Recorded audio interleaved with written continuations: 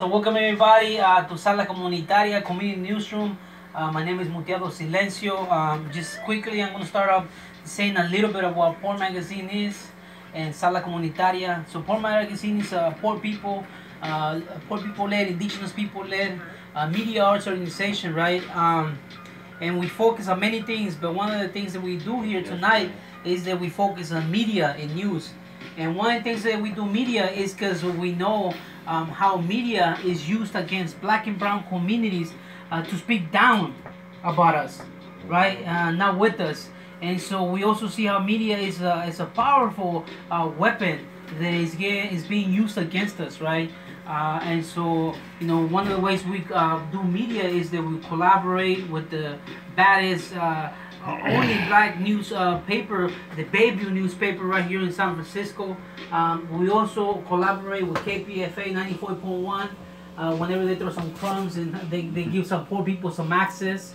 And we also have, thanks to our youth-led newspaper, the Kala News. And I know that my sister Tiny is going to pass a copy around of the latest issue and what we're working on.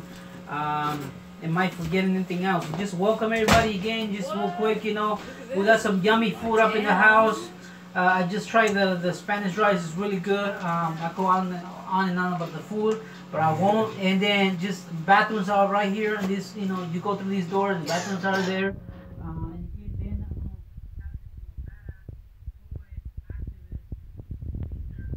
More.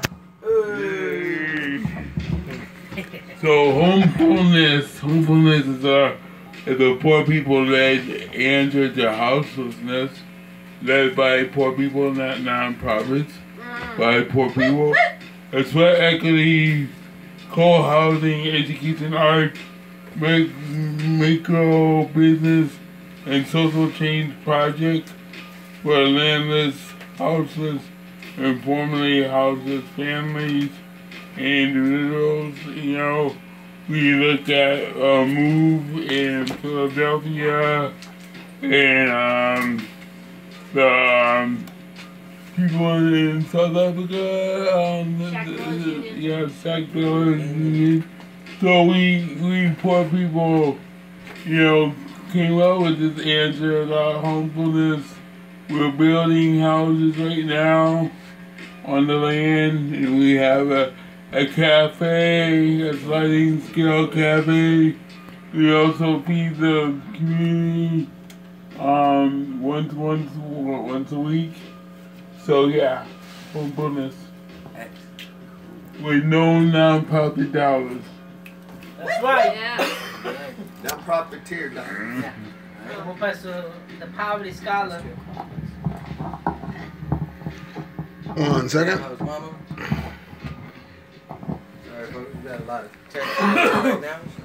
We are the poverty scholars. That houseless mama, that houseless daughter.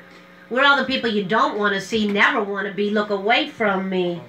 What you gonna do, arrest we? We're in your city. Yeah, we are the poverty scholars, and I do rock my jailhouse attire. Not because orange is the new black, because Hollywood don't define where I'm at. But because I did 3 months hard time, me and my po mama, for the poverty crime of just trying to stay alive in this holler. Yeah, 3 months in Santa Rita. And like I say, no matter how many times you put us in jail, it doesn't give us a house. Anyway, our lives and our bodies are criminalized, and so I try to uninvisibilize by wearing this jail suit wherever I go in this stolen indigenous territory, to remind people that, yeah, we're very much alive just because we don't have access to a roof. And that doesn't define us, because we are multi-layered, multi-generational, multicultural, and multilingual. And we walk liberation in every way we speak and teach. Today, I want to welcome everybody to Community Newsroom. Shout out to Joey Villarreal, who's probably not, maybe watching, who did 10 years in the shoe and is one of our Poverty Scholar writers and an amazing artist, co-author, artist of the Trabajador, the Hard Worker, the children's book I just put out, and also this amazing art. Just check it out. Shout out to all the Poverty Scholars who are out there watching us, to all the reparators and the decolonizers and the liberators who know that this stolen land called this little tiny piece of Mama Earth, in this Lishana piece of Mama Earth, we are liberating every day.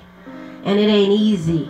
Let's not talk about utopia. So as I start today out, and as I explain what Newsroom is, and again, welcome to the digital streets and the physical streets, to everybody watching, listening, and hearing, we don't do media for the sake of it. We do it for survival. For anybody dealing with gentrification right now, who got an illegal or unlawful eviction notice, please hit us up, poormag@gmail.com. We do media to claim, sometimes to shame, and always, always to liberate. So, all that to say, hi, Mama D. Right? Always talks to me. And thank you for that, Ma, because I need to bring it back to our ancestors. We start and we close with a prayer. We are on stolen Lishana land.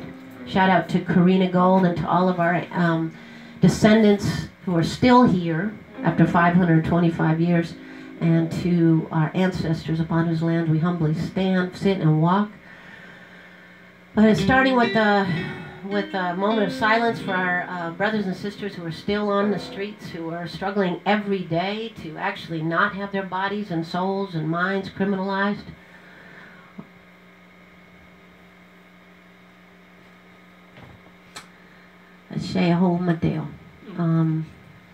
So opening the space up in a good way to remind us as we talk about news and media, those are just kind of air, right? Their consciousness, their air, their words, but they actually mean a whole lot.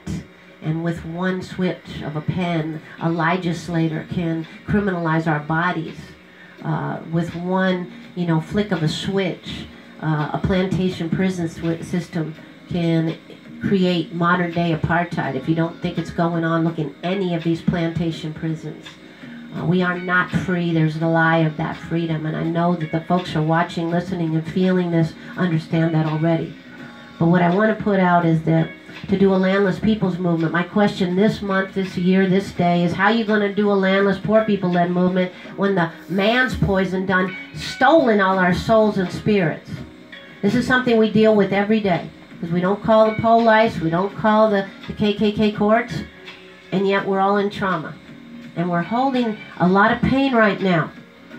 So, a lot of people talk a lot of liberation. Do they really know what that liberation nation really means? So I want to also hold my brothers and sisters in that struggle right now, because that's also what we do. It is so hard to lift ourselves up out of this colonizer reality. So starting all that to say Newsroom is a freedom space. If it's your first time here, you're part of the editorial board, which means that you all get to decide what goes out on our airwaves, our digital and physical streets. We start out with special guests who have something to represent, speak on, teach on. I know we have the beautiful Rupa Maria from Do No Harm. Give a big round of applause. Yeah. Some conscious folks with the paper working in the Institution for Liberation.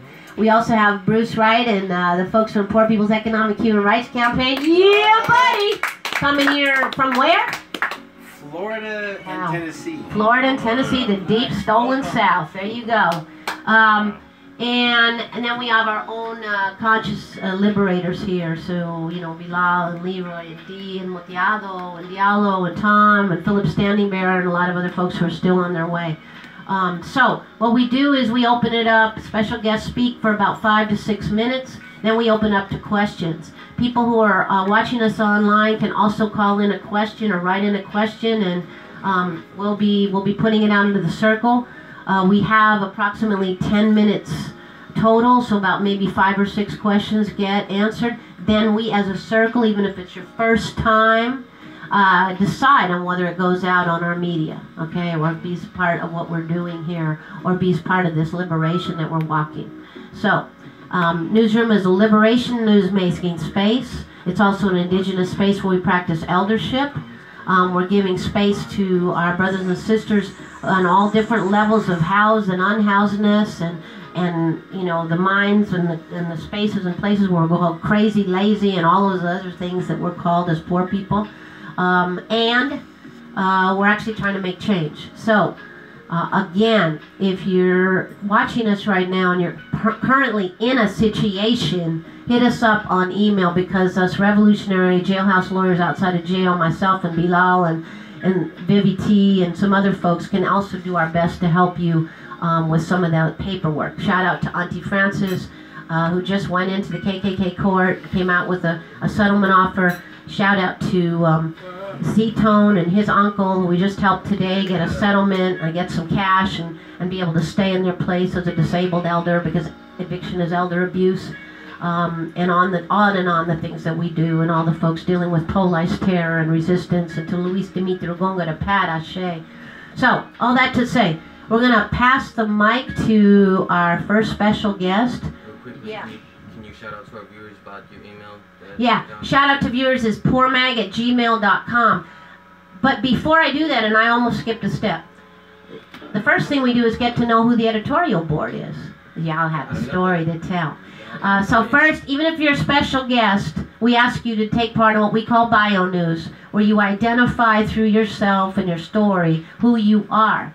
Because unlike the corporation media, the KKK corporations, we don't hide behind a fake editorial. We're transparent about our relationship to the story and the liberation. So, I'm going to pass it this way to my brother, and just a line about who you are, where you're from, your struggle, or your privilege. So, most of y'all know me, poverty scholar, indigenous youth, super baby daddy, for now. In struggle, currently homeless, landless, and in struggle every day for just trying to make ends meet.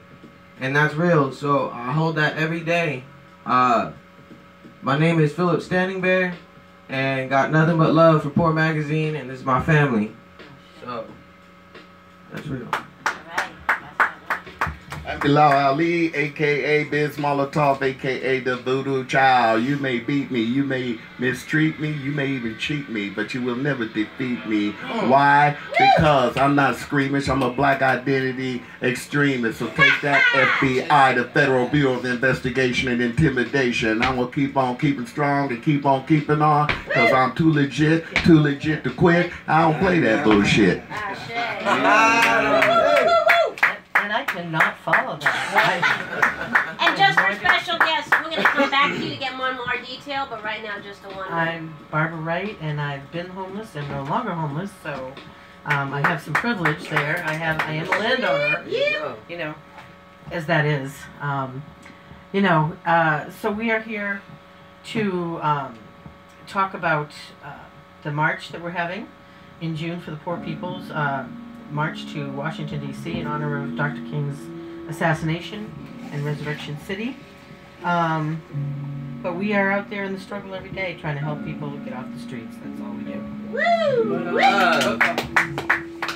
Well, I'm Bruce Wright on the National Committee of the Poor People's Economic Human Rights Campaign, and I'm glad to be with broadcasters. I have a radio show myself. We're fortunate enough to be on broadcast radio. We do. Yeah. It's called the Revolutionary Road Radio Show, and it's on 5 stations in the Central Florida area. We're on podcast, the World Wide Web, blah, blah, blah. And we definitely want to have you guys on to talk about what you're doing, do some exchange here. Love. So, I'm going to read a poem, too. Although I'm not good at remembering like this brother, man. He's just like shooting them off It's just in like... them and on them and all Yeah. over. That's I've it. been doing it. I've been doing it for 80 years. He lives that home, Well, you know what I mean? I've been doing it a long time, but my mind is a little fried, I guess. Adversity, no perversity, but merely a buffering of all suffering in all its diversity and various forms. It confirms the shape of the weight, the burden to carry, harried and in a rush by those who would crush the lessons learned with something earned by fighting it through to come out new, risen again, born again to an even higher state of consciousness. A higher state of consciousness, it does not miss or dismiss its punch as it does crunch its barrier. as a carrier of the blow that can subdue its foe down to the core. The poor dispossessed get no rest as the pain seeks to divest humanity. The profanity and insanity of adversity. The adversary is quite contrary to our way of thinking, linking and connecting, not rejecting the injustice. It unleashes judge and jury with such fury. But you must not comply, no matter how hard you try to fly above the storm clouds that you hope shrouds and hides those whom it confides in. But instead you ride the incoming tide, you ride it. The storm surge that would purge, you must urge yourself and others to fight the night, because knowing they are right. Beautiful. Wow. I'm a parent and grandparent with my lovely wife, and we're glad to be here. I'm a protector of all things grandchildren. Yes, and environmentalist. We've got a menagerie of animals who need love too. All right. Powerful poem. Ready, folks. Here we That's go. right. Watch Get out. up close to this Here one. it comes. We didn't cross the border. The border crossed us. Muteado silencio presente y me alegro. Mis palabras son mis balas. Mi lápiz es mi arma. Muteado silencio. My words are my bullets. My pen is my gun. So sit back and relax, because we're going to drive by your minds. I'm Muteado Silencio. I'm somewhat of a poet. I want to say that I'm a janitor by day and a poet by night. Just happy. I'm a migrant from Michoacan, Mexico. And just happy to be here, with my Poor Magazine familia, and just be surrounded by folks, who are like-minded, activists, revolutionary poets, singers, actors, and everything in between. Hey, love. I'm D, and I'd like to welcome our couple of special guests from the East Coast. Welcome to Poor Magazine. Bienvenidos a Sala Comunitaria de Pensacola. Yes. And I'm one of the first residents here at Homefulness. On top of that, a few days ago, I just became another year and another decade older. Just turned age 50. Enough said. Love. Man, Love. Keeping that under Knowledge. You are more the black crippled in your face. Like me. Hey. I want to say that, we see a lot of poverty campaigns come and go. But really nobody talks about disability. Yeah. And we had the highest poverty rate around the world every year under Democrats, Republicans, Green Party, and I'll talk about more of what Crip is doing in Africa. This is beyond the Black Panther. This is reality. This is not no movie. Yeah. Hey. I'm Diallo from Berkeley, West Coast, not East Coast, on the digital divide, trying to keep everybody locked into the system so that they know what they're doing, just trying to help people empower themselves. All this technology we have, which is dividing the people, should be bringing us all together. Right. I'm here to help bring everybody together. Right on. Create airwaves to bring us together. Hello everyone, I'm Tom. I'm from Oakland, and thank you for having me. I'm just an everyday guitar player, but I have a lot of things I think about as far as deconditioning myself from indoctrination and questioning everything that I don't see for myself. And that kind of sums it up. I can go on all night, but I'll leave it at that. Knowledge. Love. Yeah. Yeah. Hello, my name is Rupa. I was born and raised in occupied Ohlone territory in what is now known as Mountain View or Googlestan. I was born to parents of immigrants from India. They came here with $7 in their pocket. My father worked as a janitor when he first got here. But they came with great privilege of the caste system that we were from India. We're from the warrior caste, and that's deep in my blood. But that perspective, I think, gave them the privilege and to think that they could achieve and to also be from a South Asian race, which is a privileged race here in the United States, relatively. Still brown, but, well, I guess it could be argued. And so I'm a singer, I'm a musician, I'm an artist, I'm a mother, I'm a doctor. I'm very, ever since I was a little girl, very concerned that I was in this land that I felt was had an older history and we never learned about it. So I've spent the last 40 years of my life just kind of rubbing the outer layers raw so I could understand where I am and understand who I can be to help move my own perspectives away from the conditioning that I was raised with, and to join people for a struggle for justice and just dignity of all people. So that's who I am. Right on. Love. All right, we got one more. Just join us.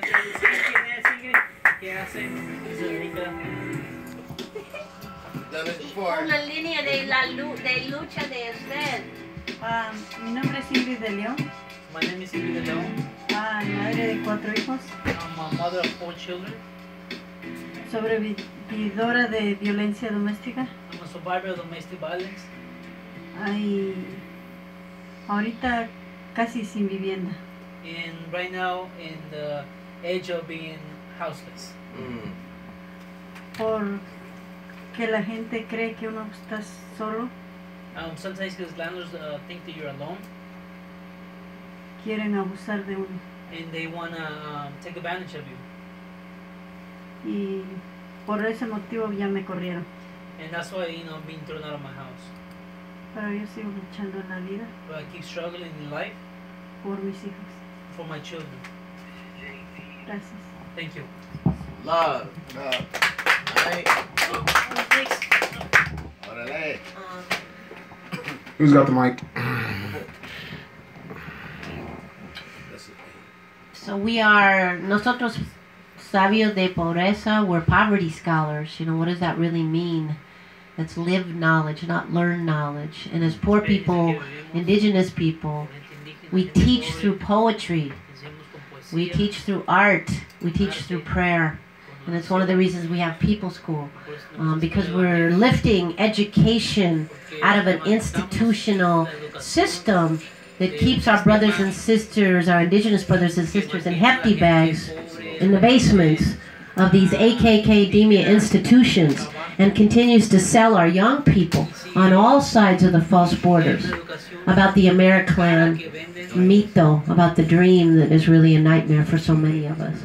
So there's many reasons that we lift up the concept of poverty scholarship, ask that people understand that that's a thing, and that in fact, instead of suppressing and silencing our voices, that they recognize that we have knowledge that should be listened to, we have concepts that should be heard, and then we have our own scholarship that should be held together horizontally with the institutional scholarship. So that's what you're in. That's what we're about. So happy that everybody's joining us. So happy that Ingrid is here. Hay muchos problemas para gente pobre aquí porque we don't have a lift that goes right from the Coliseum bar to here. And we're in struggle, and it is what it is. So onward we struggle. We're going to turn it over to our first guest, who's going to talk about the justice study, Rupa. Which is a big thing that I'll let her explain, and the ways in which Prensa Pobre, Poor Magazine, can maybe use it and implement it in some of our work, the Homeless for Mayor campaign, the many things that we're doing. So anyway, let me turn it over to Rupa. So I work in the academic institution of the University of California, San Francisco. I'm a professor of medicine, And my passion in medicine is what I would call liberation medicine. So using medicine as a tool to liberate society from the oppressive structures that keep people down. And I got involved in this work around police violence when one of my patients was shot on the BART in 2011, a mentally ill man, Charles Hill. And I was so shocked at the video when I saw it. I was just, it just shifted, I think, my life into this path of direct engagement. And then I started to pay attention to all the police shootings, Oscar Grant, Alex Nieto, Mario Woods, just in my environment and watching as the gentrification of San Francisco, the rising rents, when the area became more desirable to people to come and live here, how many brown and black people were being shot, and mentally ill and poor people were being shot and harassed by the police, and how these things were going together. Oh,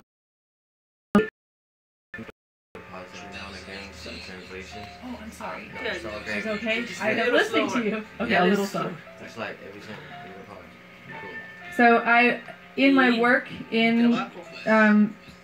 my work as an artist and my work as a doctor, I have been very drawn to understanding the body as a social structure and the illness the social body has.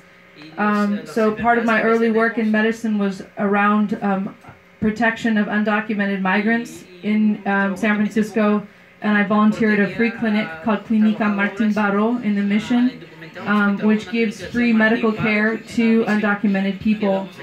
And when I saw the Frisco Five sitting on the front of the Mission Police Department protesting police violence, I went to them and asked if I could accompany them to ensure their safety in their struggle for justice. And I went with the Clínica Martín Baró to secure the medical ability to make sure we could take care of them during this struggle. And in that moment, I really saw the power of what I call using my white front line.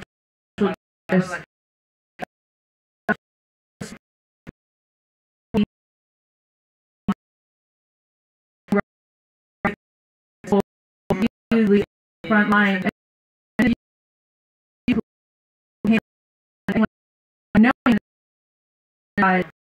but then seeing the context of capitalism, especially here in the most hyper-capitalist reality that is the Bay Area right now, where there's more billionaires per square foot than any other place on Earth. So the value of the property is now making the lives and the bodies of people less valuable, which is not right to me. And to many of my associates. And so we've been in this struggle with the Frisco Five. We asked, like, what can we do after this hunger strike was done? And at that time, the Justice for Mario Woods Coalition said, will you make a study, can you find a way to study and put in the medical literature, if the wound is a police killing and the medicine is justice, what happens to a community when the medicine is withheld from us, when we have no justice? What happens to us? So it took me like 10 months to find the right people who had the experience, because I'm not a researcher, I have no experience in research. And I found a great team, mostly women, one man, who are come to this, to do this research. And so we've developed it for looking at police violence, violence from the military security, and our goal to www.thejusticestudy.com, and our hope is that 100 respondents. You know, there's like someone has said, oh, but aren't you guys making a lot of money off of the grants? There's no grants. We have all been working for 18 months, completely volunteer. We do not, we're not going out seeking grant funding because we don't want our funding interrupted. We just want to continue this work for the love of the people. Okay, so let's open it up to questions. Please, show of hands. Whoever has a question or even thoughts. Remember, we're poverty scholars, and my group are beautifully named. They are academics. So one of the reasons she's here is we had a conversation about the ways in which poverty and disability, the ways in which poverty, disability, indigenous scholarship also can help inform the process. So I want us to recognize that as we're commenting, as we're talking, right? So anyway, anybody? Okay, so first we've got Philip, and then Leroy, and then Bruce. Yeah.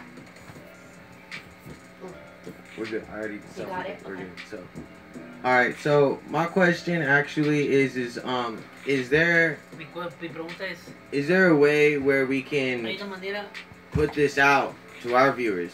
Because like we understand where you're coming from, like, and I can't say I'm a big man of science because nobody knows me, but I love anything that has to do with science, medicine, physics, astronomy, everything. So like I understood everything that you came through with. So my question is there some way we can help out? Like maybe have you write an article, or maybe you got something to put up on the radio? Yeah, I would love, so I could definitely write something, and one way that would be very helpful is just to share that link, or to print out the survey and get people who don't have access to computers to take the study, or to take your smartphone to places where people are and just enter in the study with them, to sit with them and go through it with them. I'm happy to write something up. I think it might be more powerful coming from you, and it would teach me how you see this study and what the benefits and possible pitfalls are, so that this can be a mutual learning experience. So I would appreciate that. Right. Yeah. Pass it down to Leroy, and then Bruce. Oh, I got you. Okay. Yeah, I just wanted to comment one more thing. Man, and then I forgot it. I apologize. Yeah. So I just want to make clear. So this is a study? That's just a study. Well, what's going to follow after the study? Because, you know, poor people with disabilities have been studied on so many times, constantly. So what's the real move after the study, and would poor people and people that you're studying on be the change makers to implement what comes out of the study? That's a very good question. So my dream, the vision, is that we can give you ammunition with the study, that we were going to be giving you information that you can take on in your struggles and say, look, we have clear evidence that we are being traumatized by current methods of policing. We shouldn't be having conversations about whether or not we have tasers or no tasers. We should have conversations about dismantling this whole dynamic. So we hope we will do our work from the academic world to shift public policy, to shift public health with this, but what this will do will give you some hefty ammunition, information that you can take and say, this is undeniable and irrefutable. What are you going to do about it? So it will put you in a moral position to challenge policy. Challenge the viewers. Right. So, and I think what it will also do, I hope, is that when we get the results, if we can get hundreds of thousands of respondents, we will be able to have the data power where this could be media worthy and go into the national news and shift public opinion about how people think about poverty or race or how police are treating people. Because I think there's a narrative in our country that, you know, the police are good and they're trying to keep people safe. And what this study could show is that the police are traumatizing people more than keeping them safe. And so I think that my hope is that that might be helpful to you. You have any follow-up, or is that enough, Leroy? What's the difference between this study and the Malcolm X grassroots study that came out like 3 years ago? ¿Cuál es la diferencia de esta? Operation Ghetto Storm. Ghetto Storm? So I'm not familiar with that study. Was it done by the medical academy, or was it done by people? By the Malcolm X grassroots center in New York. The report was called Operation Ghetto Storm. Ghetto Storm. Yeah. So I think what's different. I think what's different is just a different angle. So I think that this angle is people using their white coat privilege to be able to speak to institutions of power in a different way. So sometimes these institutions get, like, they don't listen when it's coming from people who are constantly fighting. But you know, when we walk into City Hall with our white coats and we say, this is screwed up, we're concerned, we're doctors, we're civil servants, what is happening? It has a different kind of weight, and it's not a better weight or a worse weight, it's just a different weight. And I think actually every sector of society needs to start mobilizing like this. And so we're just doing our little part. That's how it's different.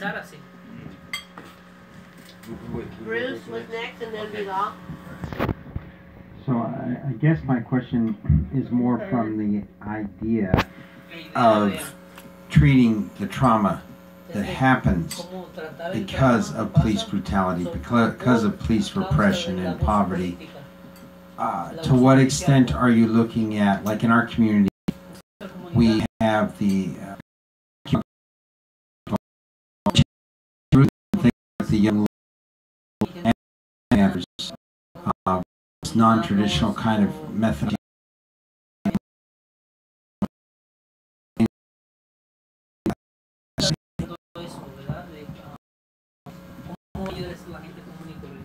So this is an excellent question. So this study is not intended to treat anything. So it's simply to document it and to understand it.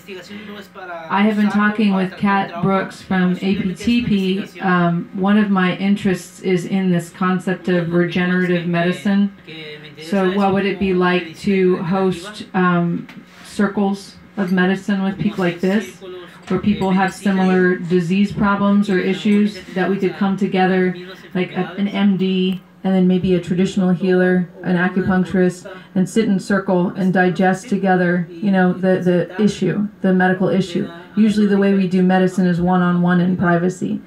So we're starting to brainstorm, are there ways we can do that for our community around trauma in East Oakland?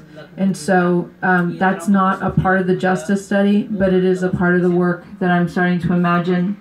We just had the privilege of getting some land in Oakland in the Laurel area, and my husband is a farmer, so we're actually building out a whole farm and gathering space there. So we might end up doing something around land farming and regenerative medicine there for the people. But I think that this is definitely the #1 issue, is the trauma. It's the trauma. And I know this personally for myself because I have been sick as hell since coming back from Standing Rock, and a big part of it has just been the trauma in my body from what I saw and what I couldn't believe. So yes, absolutely, that's important. No, it's not a part of this study. All right, so Bilal?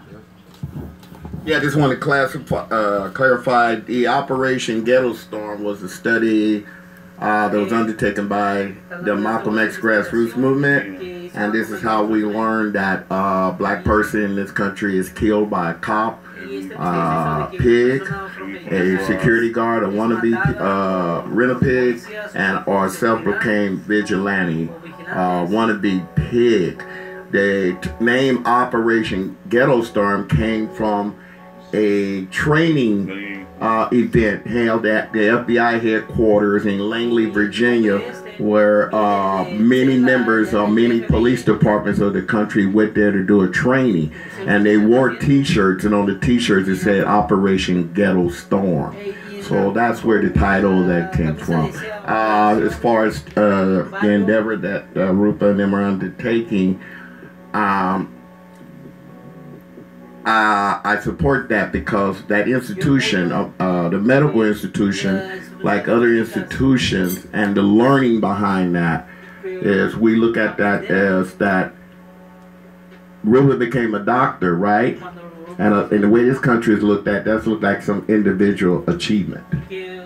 And even though it's true in some sense, but nobody achieves anything in this country without support from the people. And that's why we always say, when you come out of school, you come out of college, that position you attain does not really belong to you, but it belongs to the people who have sacrificed before you in order for you to be able to gain that privilege. And whatever your learning is, that learning should be used to bring back into the community and uplift that community. So I appreciate your work. Anyone else other than Phillips circling back? I have a comment too. Mute or Ingrid, in terms of migrante communities, policia or ICE conceptos. You can think about it pensando, because I think that that's a crucial piece of the scholarship, you know? How it would even be used. I mean, I think it's anonymous, right? It's anonymous. Oh, you have a question? Oh, you're stretching. Okay, go ahead, Philip. We'll come back to your stretch. So, our quick. Yeah, I can go. Alright, that direction. Actually, not a question.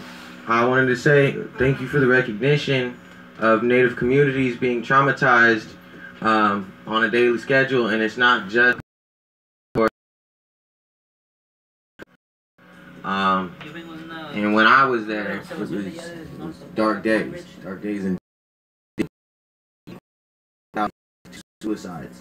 And a lot of those were friends of mine, cousins, relatives, elders. And it was really sad watching that. And a lot of that derives from the trauma that was inflicted on us by federal agents, by police force, by goons, what we call, Fort Indians, apples, or, red on the outside, white on the inside, kind of folks. This is okay. Thanks, love, respect, honor. One of the things that we're working on, so through my work at Standing Rock, I was invited by some of the Lakota healers and doctors out there to help develop a clinic of decolonized medicine out of Standing Rock, and it'll be the first like this on this scale. And the vision of the healers was to create a space where Lakota cosmology around healing and medicine was dominating, and that Western practitioners were there as backup.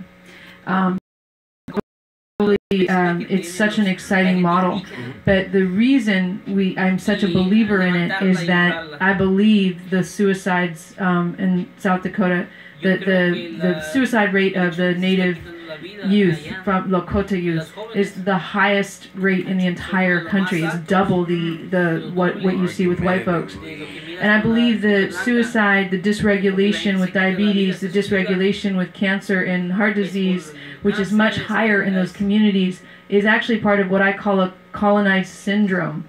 And we see the same thing in colonized people around the world. And it's a sort of dysregulated self-abuse, lateral violence, interpersonal violence. And I see those things all as a product of unhealed trauma. And there's no better way for the Native people to heal their trauma than through their own medicine. They have such powerful medicine. And so our job in that situation is to sit back and learn and witness. And I'm trying to get UCSF behind the project to bring out doctors to learn from that practice. So of fundraising. So there's no more that this poverty scholar can teach, preach, or unease for you than any of my brothers and sisters. But I walk in that space humbly. But I also want to say, first of all, One of the things that Bilal talked about is what we teach folks with the paper privilege who come through people school. And sadly, you haven't come through people school yet, so I still want to check you on that. I also want to say that two things. As poor peoples specifically, but then going further even into communities of color and indigenous communities, there's an issue of generation. So I want to make sure that you're not being, by default, sort of practicing homogeneity in terms of, are you reaching out to elders who get fucked with by the police a lot? There's a lot of communities of disabled elders that we work with, and there's a way in which dealing with elders is completely different too. So you're taking my advice about the printing out of the thing very good. Making sure though that print for the elders isn't as big because they won't do it otherwise, right? So this font size, I mean, little things like that. Similarly with young people, at least the young people in our school would be down to do that, and I know other people, and I know you do too, in schools that would be down to do an anonymous study even with their families.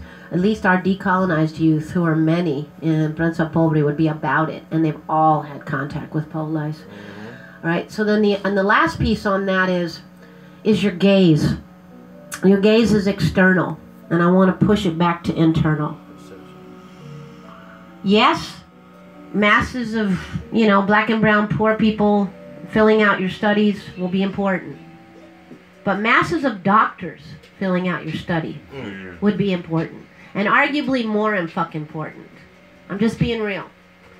I know that you've talked about it in that way up to now, so I know you're already knowing that, but I want to push back again and say, is that a piece of the study? Because the access, as we know and you talk about, and I know that you get, that would be listened to, as you beautifully call it, white coat privilege, would be massive if you could get a massive amount of doctors and hospital administrators, or at least doctors, right? Or med students, we know that those administrators are untouchable in many ways. Right. But med students, nurses, doctors who work on the front line with unhoused people, we already know, who dump disabled people on the street, as me and Leroy constantly write about, teach about, speak about, talking from their frame, with their letters behind their name and their privilege, their legitimacy, which is inherent in every frickin' thing they do, to me is equally important as you're talking about studies. Because one of the things I say is no matter how many times you study me, it doesn't get me an apartment. There are studies all the time, as my brother Leroy said, about poor people and indigenous peoples. I actually push back on those. I'm like, you could have given us that $75,000 and then we would have bought some fucking houses. Like, for real. The Stanford Endowment on Poverty is fucking insane oxymoron. You already know. So, all that to say, I want you to just, if it's not already in the study, please take that scholarship from us. Even if it's a line item. Even if it's a separate freaking study. But adding that to the pile, having it be its own piece, walks that white coat privilege and slices through the ways in which our voices are oftentimes intentionally not heard, and no matter how many times of us you study, still won't be heard. So I just want to say that. Okay. All right. Thank you. All right, so let me push it on to anyone else, but then we kind of need to move on, so I'm going to push it on to the beautiful folks from the Deep South, Americlan. Yeah. Yeah, buddy. Well, I want to make sure my partner had the opportunity to speak. Part of stepping aside from privilege is also stepping aside from male privilege. Yes. So, thank you for that. We're with the Poor People's Economic Human Rights Campaign. It is a bottom-up, grassroots, solidarity-based. We do not believe in charity. Charity sucks. The non-profit industrial complex has equally contributed to poverty pimping and living off the backs of all of us who've experienced homelessness and poverty. We're both formerly homeless. We're homeless as single parents. Hers was much more traumatic because it always is for women, but she also had two disabled sons, other abled sons. both of which are just amazing young people, and we have grandkids. I help run a solidarity-based international work called Refuge, and it's with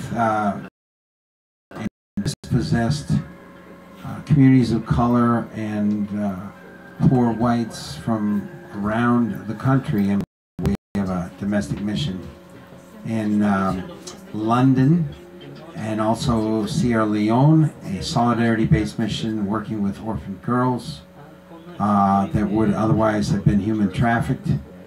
It's run by people from the community of Sierra Leone, particularly near Freetown. We don't McKinney Town is actually where it is. We do not dictate to anyone how they should run things. We just listen and say, what do you need?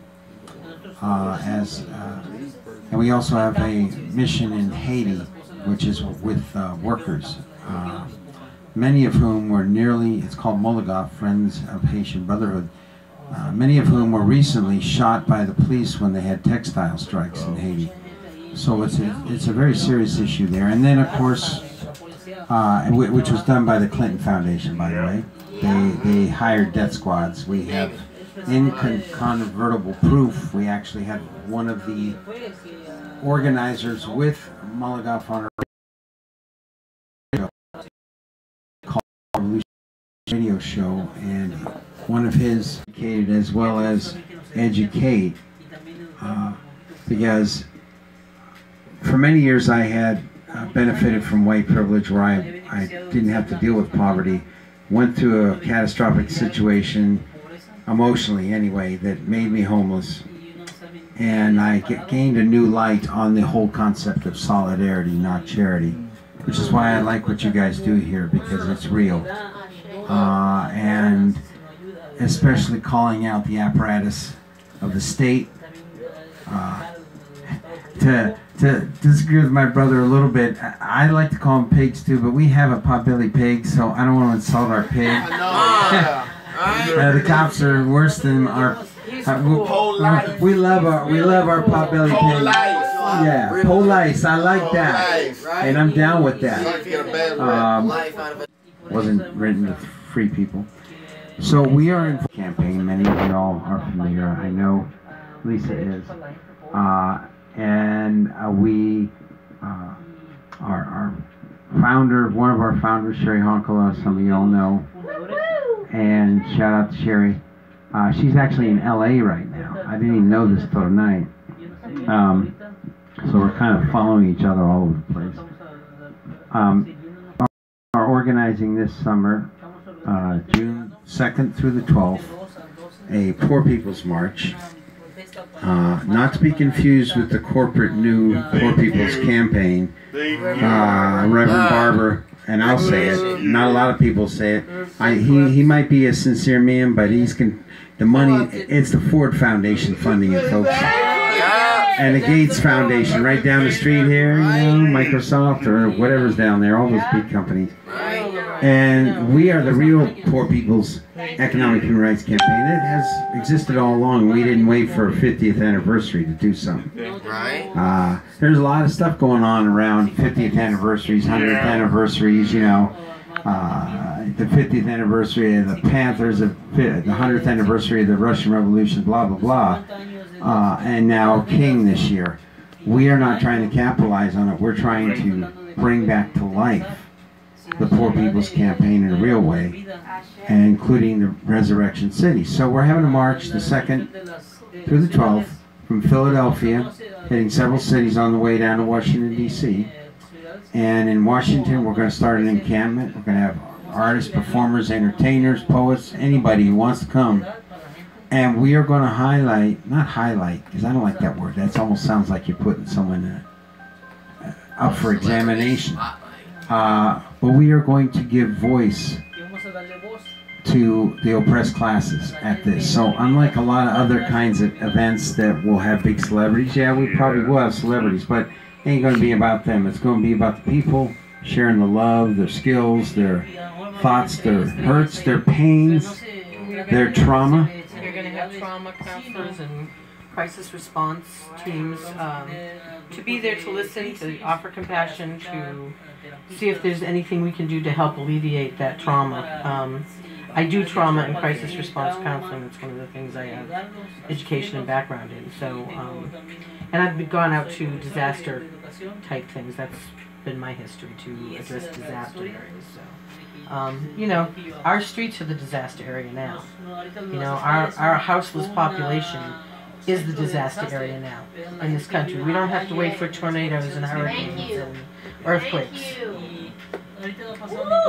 Yeah, I like what has been referred to the disaster victims of capitalism, and that's why I'm so appreciative of this study that's being done. So, well, we're going. People don't lose their homes. People don't lose their homes or their houses. What they lose when they become houseless is their dignity. And that is what is stolen from us. You know, when we are on the streets, people do not give anybody on the streets credit. They don't hear their voices. And they don't give them choices. They say, stay here or stay there. Or, you know, we're going to cage you over here, or we're going to incarcerate you in this shelter that's really a jail. Or, you know, we're going to take away all your choices. If you want to buy underwear, so that's what we want to see. Yeah, and that's why this is a bottom-up movement. We're not interested in big box charities. Pardon my French. I am a minister, but I'm probably the most irreverent minister you'll ever hear. But fuck, and I do mean fuck with a capital F, big box charities and the non-profit industrial complex, because they are as bad. They are as bad as the prison industrial complex and the for-profit industrial complex and the for-profit healthcare industrial complex. So we invite everyone to join us. You can go to economichumanrights.org. You can call me at 727-278-15.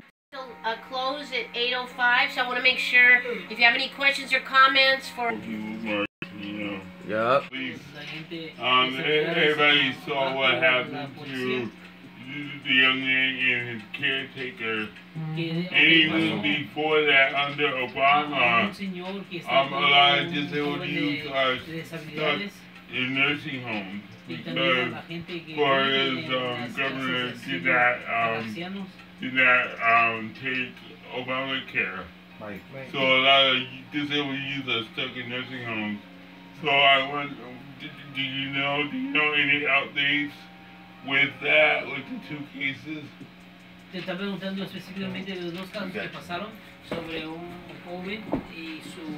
I'm familiar with the case at some level, and we are... Because I have heart conditions, I have a lot of medical conditions, but, you know, I don't want to focus on that. I also have a son who's got cerebral palsy, and he's completely dependent upon having someone to take care of him. So, you know, the blessing in our family is that there's familia to take care of him. We have family, and, you know, he can be taken care of, but that's not the case for everybody. And, you know, we've even noticed in our own travels how unfriendly, you know, facilities and places all over the country are to the disabled. And people in general are not helpful to other able people. And so. Recognition. Dee, I think had and then what, do you want me trying to get a question in? This is not just me putting it together. It really is a bottom-up grassroots effort, and it was because we knew what was going to happen on the 50th anniversary, that there were people that were going to try to come up. We were inspired because the sheer, you know what, just to give you an example,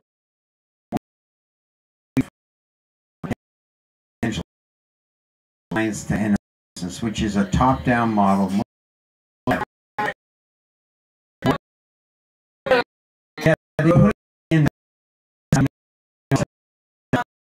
Yeah. Now we got scholarship that we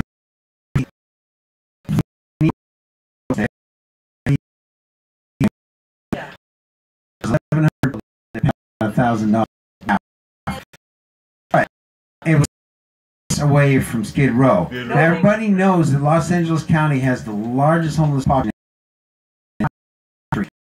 $250,000 or more.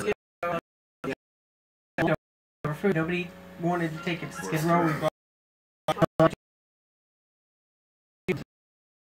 So for us, it just underscored, and all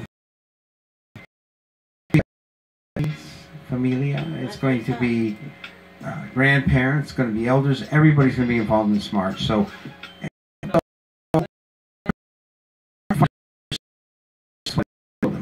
I'm not that he didn't understand it before, but he really understood the nitty-gritty in the last couple of years of his life, and they made damn sure they killed him. Yeah.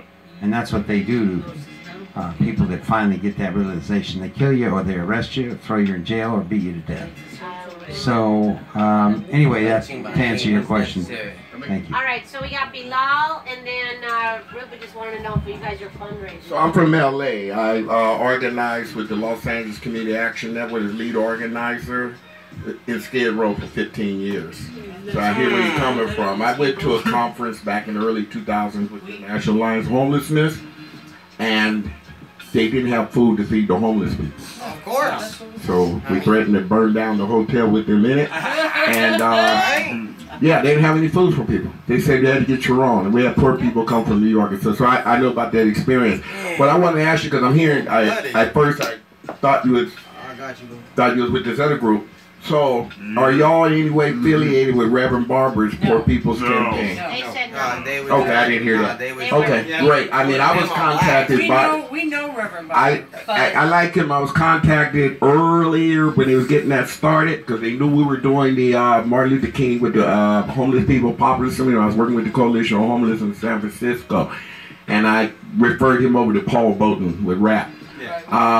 So I mean, I have a problem with the whole idea that thing is reviving. There's people there's people around him that are pulling. No, I vulnerability that they've gotten. Well, yeah, I already know what that's all about. Okay, the church ain't gonna save me. Not no offense to you, Reverend. So I'm save myself and my people. But anyway, I don't like the whole idea around what's it called, a moral revival. The United States Snakes of America, the land of the thief, the home of the slave, ain't never been moral.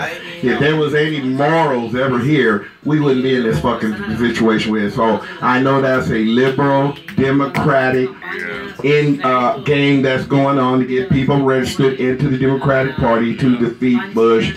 Shame on that scheme, but he's caught up in that because they got money. And they're giving him money and resources that he feels that he can do these things. So I'm glad, and you know, I don't mean it in a disparaging way with some of the people that are involved in that work, but I'm glad you're not those people coming here tonight, because if you were, we're going to have a long discussion after this.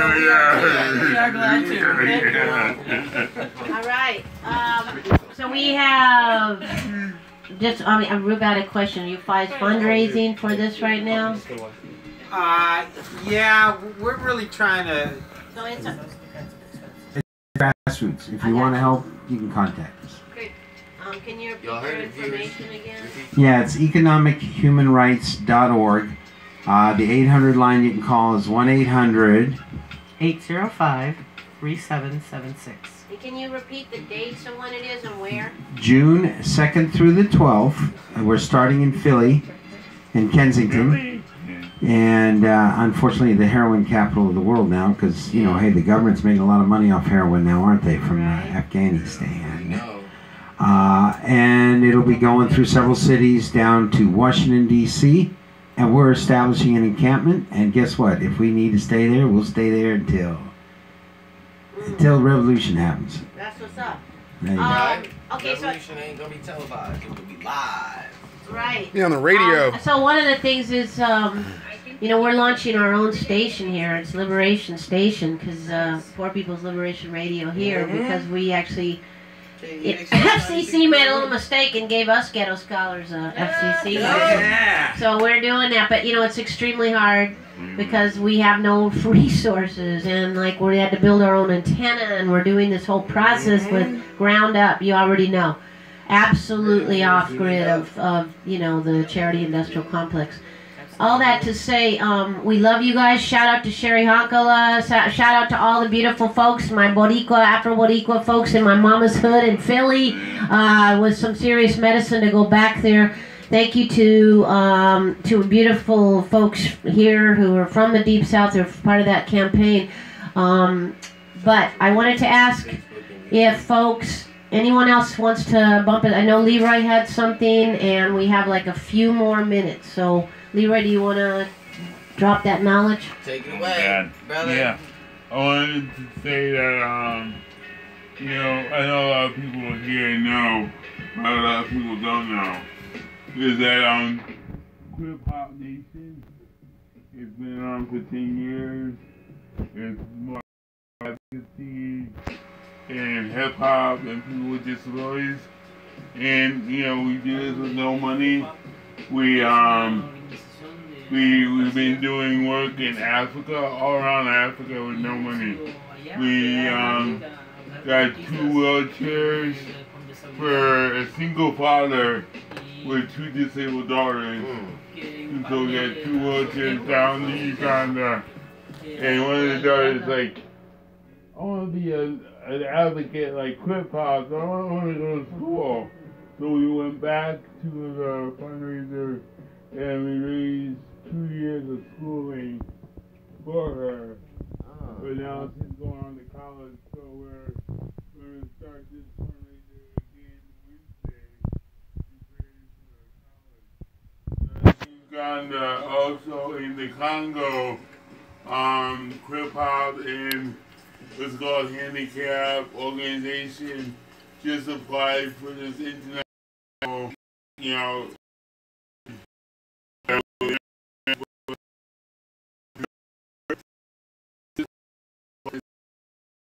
U.S.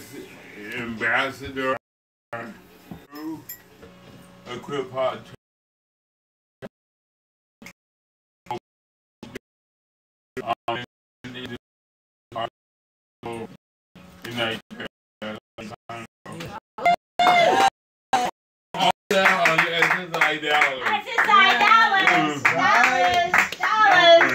People, if you don't already know, you need to check on Crip Hop Nation on poormagazine.org.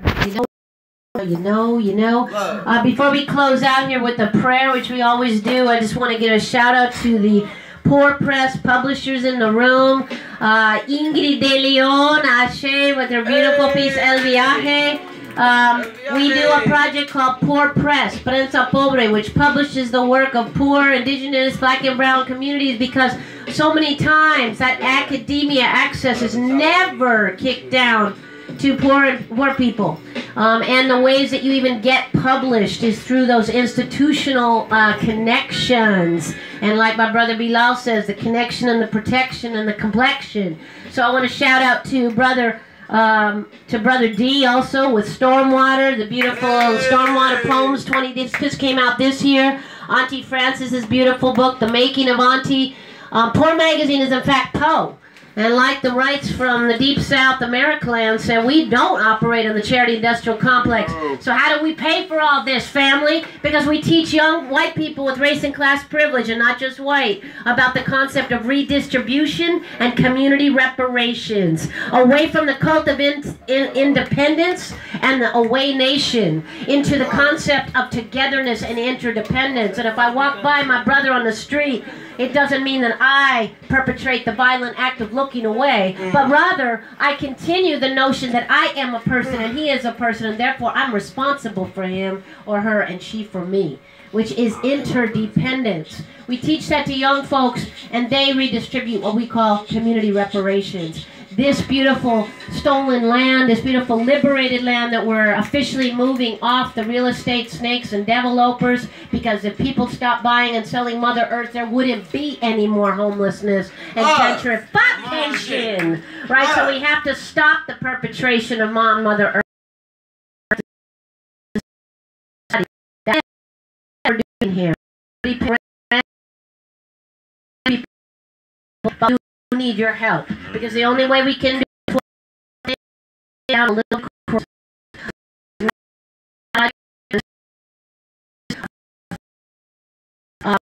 scholars who will be producing their work, including Leroy, including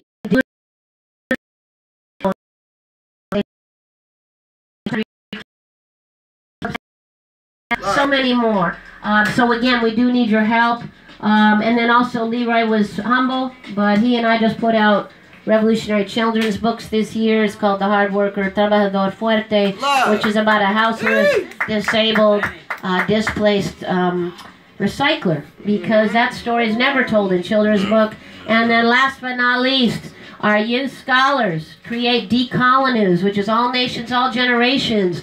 We hope to have them do a story on the poor people's real march that y'all are doing, and believe me, they will. But D. Allen, myself, Auntie Frances, Muteado, and many more adult scholars, Bilal, are also in this because we practice intergenerationalism. Let's stop that away nation as it tears our communities and our niños, our children, apart from us. And we don't need to continue more about us without us. So check us out. And we love you, YouTube Londia, Facebook Londia, or as we call Facecraft, Insta Scam. Get off the digital streets, come to physical streets. Thank you very much, everybody. Yeah. Give a big round of applause for yourself.